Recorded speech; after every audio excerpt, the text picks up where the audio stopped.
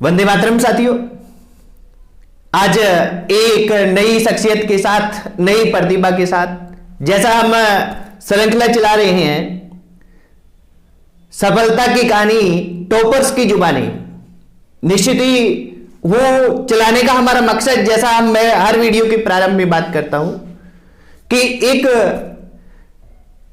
बिल्कुल ग्रामीण पृष्ठभूमि, दूर दराज में रहने वाले लोग, सामान्य लोग भी परीक्षाओं को टॉप करते हैं, हम ये दिखाना चाहते हैं। यानी कोई भी सामान्य विद्यार्थी है, अगर वो सही रणनीति के साथ सही तरीके से मेहनत करे तो निश्चित तौर पर वो टॉप कर सकता है। और इसी श्रृंखला में हम आज मिलते हैं सुमित सारण से, और सुमित सारण ने स्कूल लेक्चर 2018 में समाजशास्त्र विषय में पूरे राजस्थान को टॉप किया है। आरपीएससी टॉपर रही है, फर्स्ट रैंक प्राप्त की है अपने विषय में। तो सबसे पहले तो सुमित जी, आपको हार्दिक बधाई इस सफलता पर। धन्यवाद सर। जैसा कि हम सभी को पता रहता है कि एक निश्चित ही जो टॉपर बनता है उसके पीछे कोई ना कोई कारण रहता है, कोई ना कोई भूमिका होती है, कोई ना कोई सही रणनीति होती है, मार्गदर्शन होता है। तो सबसे पहले तो सुमित जी, आप ये जो आपने सफलता प्राप्त की, इस सफलता के पीछे किन लोगों का योगदान रहा, आपकी कौन सी रणनीति रही, उसके बारे में थोड़ी हमें बताएं हमारे विद्यार्थियों को। सर, सबसे पहले तो मैं ईश्वर का धन्यवाद करूंगा जिन्होंने मुझे इस सफलता तक पहुंचाया। बिल्कुल, निश्चित तौर पे। उसके बाद में मेरे माता पिता और मेरी बड़ी बहनें, जिनका बहुत बड़ा सहयोग रहा मेरी सफलता के लिए। उन्होंने हर वक्त मेरा हौसला बढ़ाए रखा कि आप कुछ कर सकते हो, और उन्होंने मेरे जो भी मेरी परिस्थिति थी वो मुझे उपलब्ध करवाई। तो उनका बहुत बहुत योगदान है मेरी सफलता के लिए। उसके अलावा हाँ जी, मेरे गुरु, मेरे मार्गदर्शक राजेंद्र जी सारण सर, जिनका बहुत बड़ा योगदान है, जिनका योगदान मैं कभी नहीं भूल सकता। उन्होंने हर समय, हर वक्त जो भी मुझे आवश्यकता थी वो उपलब्ध करवाई, चाहे मुझे पुस्तक से संबंधित हो, चाहे कोई भी हो। तो उनका योगदान बहुत बड़ा है। अगर आज मैं राजस्थान टॉपर बना हूँ तो उन्हीं की देन है। उन्होंने जो भी, जिसी भी प्रकार की मैंने उनसे मदद मांगी है वो उन्होंने उपलब्ध करवाई है। तो उनका योगदान मैं कभी नहीं भूल सकता, और हमेशा उन्होंने मेरे को परिवार के सदस्य के रूप में हेल्प की है। ठीक है सुमित जी, अपने दो बातें बहुत ही महत्वपूर्ण की है। निश्चित ही ईश्वर सर्वेश्वरमय सृष्टि निर्माता है, हम सभी पर ईश्वर की दया रहती है, और माता पिता के बिना तो हमारे लिए कुछ संभव ही नहीं है। आपने ये कहा है कि दो बड़ी बहनें, तो बड़ी बहनें आपकी क्या करती हैं? जी सर, उनकी मैरिज हो चुकी है। अच्छा, तो वो कोई जॉब में है या वैसे ही आपको मेंटली सपोर्ट? वैसे सपोर्ट किया उन्होंने। अच्छा, और जैसे इन्होंने बात की है राजेंद्र जी सारण की, तो राजेंद्र जी सारण के बारे में आप कुछ बताना चाहेंगे? जी सर, राजेंद्र जी सारण ने, हाँ जी, मैं उनसे बहुत पहले मिला था। अच्छा, तो उन्होंने मेरे को जो भी चीज थी, उनके मार्गदर्शन में आपने तैयारी की है? हाँ, मार्गदर्शन में ही तैयारी किया है। ठीक है। पहले कि मैं जब भी उनसे आवश्यकता होती थी, फोन किया हो, चाहे किसी भी प्रकार से, चाहे उन्होंने घर बुला के मेरे को हर प्रकार से मेरे को पूरी तरह हेल्प किया। निश्चित ही एक जो शिष्य होता है उसके पीछे एक गुरु का हाथ होता है, और इनके भी हम प्रत्येक वीडियो में देखते हैं, प्रत्येक टॉपर्स से बातचीत करते हुए देखते हैं कि कोई न कोई शिष्य के पीछे गुरु खड़ा होता है, और इनके पीछे खड़े हैं राजेंद्र जी सारण। तो राजेंद्र जी सारण भी हमारे वीडियो देख रहे हैं, तो मैं उनको भी हार्दिक बधाई दूंगा इस अभूतपूर्व सफलता के लिए। आगे आप थोड़ा सा अपने बारे में बताएं, अपनी जो पारिवारिक पृष्ठभूमि है वो किस प्रकार की है, कहां के रहने वाले, ताकि क्या कि हमारा ये पूछने का ये रहता है कि एक सामान्य विद्यार्थी जो कहीं दूर दराज रहता है, बहुत अधिक सुविधाएं नहीं है, क्या वो भी टॉप कर सकता है? जी सर, मैं एक गांव से आता हूँ। मेरे गांव का नाम रामावाड़ी है। अच्छा, रायसिंगर के पास है। ठीक है, जिला गानगर में। ठीक है। और मेरे पापा खेती करते हैं। खेती करते हैं। और घर परिवार में और भाई बहन, दो बहनें आपने बताई है, भाई भी है? भाई नहीं है सर। अच्छा, आप ही हो? मैं अकेला हूँ। और पापा एक सामान्य किसान है।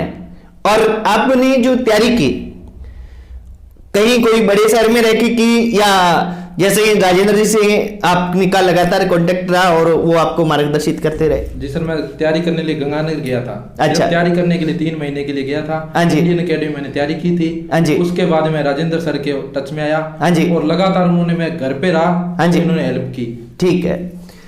तो निश्चित ही साथियों, एक प्रेरक प्रतिभा हमारे साथ हैं, एक गांव से निकली हुई प्रतिभा हमारे साथ हैं, बिल्कुल एक सामान्य किसान परिवार में जन्म लिया है और राजस्थान को टॉप किया है, तो हम भी कर सकते हैं।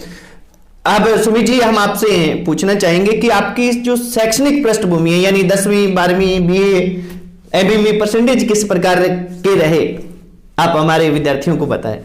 जी सर, मैं 10th के अंदर मैं गांव के ही पास मेरा गांव था एक, हाँ जी, करवाड़ी, जहाँ से मैंने 10th की थी, वहाँ का स्कूल था सियाराम आदर्श विद्या मंदिर। ठीक है। तो वहाँ पे मेरी जो परसेंटेज थे वो 67 रहे सर। ठीक है, ठीक है। और 12th के अंदर मेरे 71% है। ठीक है, 12th में 71। और बीए और एमए में कोई परसेंटेज? बीए के अंदर 54 थे, एमए के अंदर 50 है। अच्छा, एमए में 50, बीए में 54, 71 है आपके 12th में, और 10वीं में कितने रहे हैं? 67। यानी कुल मिला के बहुत ज्यादा एक्स्ट्रा भी नहीं और अच्छे गुड एवरेज इनके परसेंटेज रहे हैं।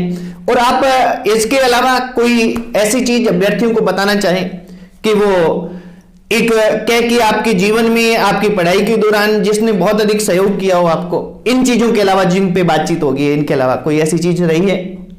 जी सर, मैं जो मेरी रणनीति रहती थी वो ही बताऊंगा यहाँ पे विद्यार्थियों को, मैं क्या पढ़ता था, कैसे पढ़ता था। हाँ, ये तो निश्चित तौर पे हम आप ये हमारे विद्यार्थियों को बताएं भी क्या पढ़ते थे, कैसे पढ़ते थे, और उनको कौन कौन सी पुस्तकें अध्ययन करनी चाहिए। मैं पढ़ने का तरीका बताऊंगा। हाँ जी, बिल्कुल, जो मेरे पढ़ने का तरीका। हाँ, पढ़ने का तरीका सबसे पहले आप रखें हमारे विद्यार्थी। जी सर, सबसे पहले तो मैंने जो समाज था उसे थोड़ा टाइम कट गया था सर मैं।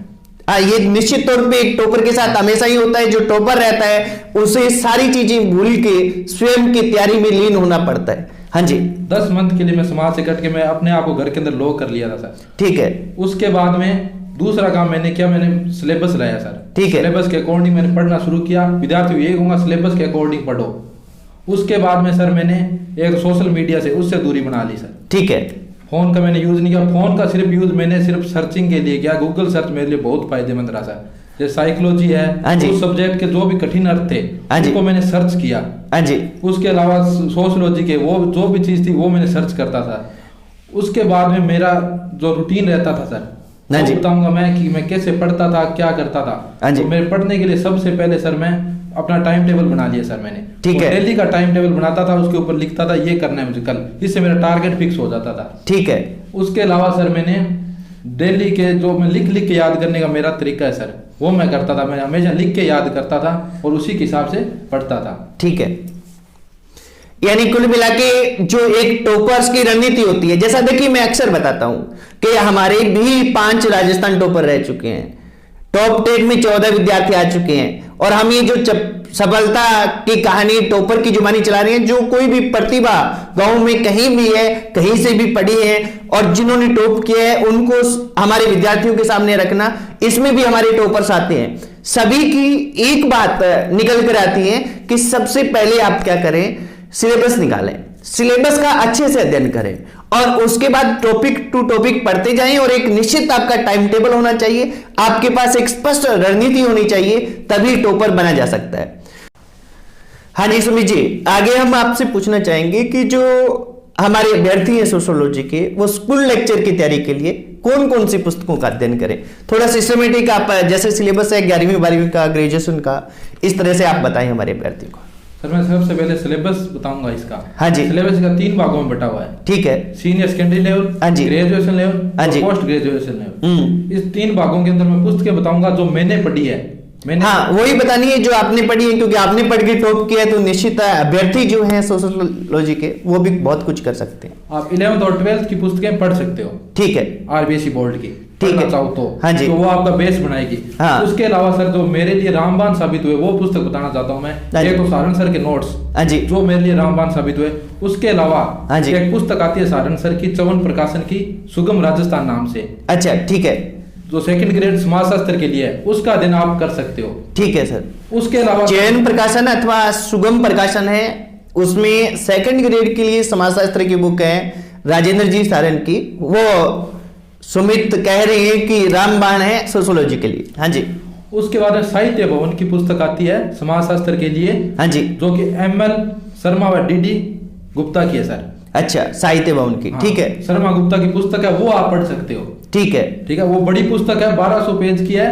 उसके अंदर जो आपके टॉपिक है उस हिसाब से आप उसे अध्ययन कर सकते हैं। ठीक है। उसके अलावा सर रिसर्च मेथड के लिए पुस्तक आती है रावत पब्लिकेशन की, राम आहूजा की। ठीक है।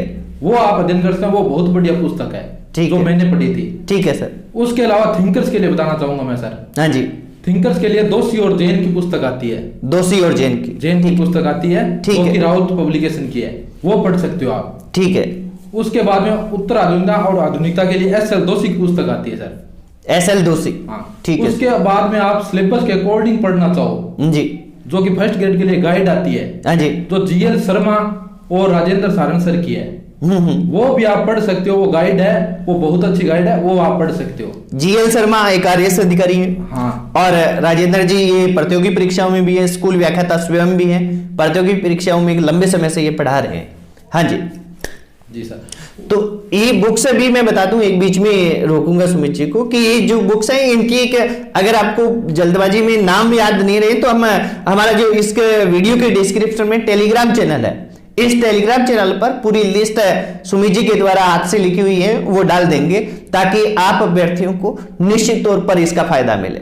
हाँ जी, और कुछ आप क्या बताना चाहेंगे सर हमारे विद्यार्थी? जी सर, उसके अलावा मैं बताऊंगा कि आप जो ओल्ड पेपर है, हाँ जी, चाहे वो कॉलेज लेक्चरर के हैं, स्कूल लेक्चरर के हैं, समाज शास्त्र के, वो जरूर अध्ययन करें आप, उससे आपको बहुत बेनिफिट होगा सर। निश्चित ही प्रीवियस ईयर्स पेपर्स होते हैं, उनसे एक तो हमें क्वेश्चंस की प्रकृति समझने का मौका मिलता है, सेकंड क्या है कि वही रिपीट होते हैं, और रिपीट होने के कारण क्या है कि हमें मोटे तौर पर यह पता चल जाता है कि यही क्वेश्चन आने वाले हैं या इसके आसपास ही इस प्रकार के क्वेश्चन आने वाले हैं, तो बहुत ज्यादा बेनिफिशियल रहते हैं, चाहे सोशियोलॉजी हो चाहे कोई भी सब्जेक्ट हो। प्रीवियस ईयर्स पेपर्स हमें हमेशा ही पढ़ने चाहिए, ये हमारे लिए रामबाण सिद्ध होते हैं, ये निश्चित ही है।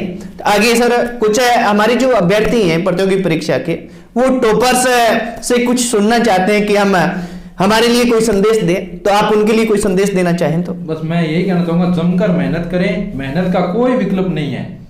ठीक। और मेहनत के करके ही आपको सफलता मिल सकती है, उसके अलावा सफलता नहीं मिल सकती। तो मेहनत करनी पड़ेगी आपको, और निरंतर पढ़ते रहें।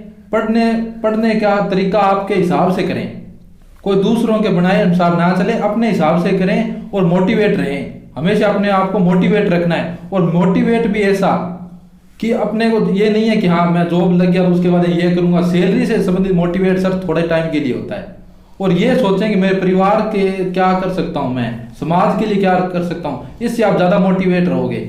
और यही है, निरंतर करते रहें और जरूर सफलता मिलेगी आपको। निश्चित ही सुमित जी ने जैसा हमें बताया कि एक तो मेहनत करें, एक मोटिवेट रहे।